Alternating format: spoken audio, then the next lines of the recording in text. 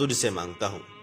اور چنڈول کہتی ہے، اے اللہ، محمد صلی اللہ تعالی علیہ وسلم اور آپ صلی اللہ تعالی علیہ وسلم کی آل سے بغض رکھنے والوں پر لعنت فرما۔ مرغ کہتا ہے، اے غافلو، اللہ تبارک و تعالی کا ذکر کرو۔ گدھ کہتا ہے، اے ابن آدم، جیسا چاہے زندگی گزار لے، بلا شبہ تجھے موت آنے والی ہے۔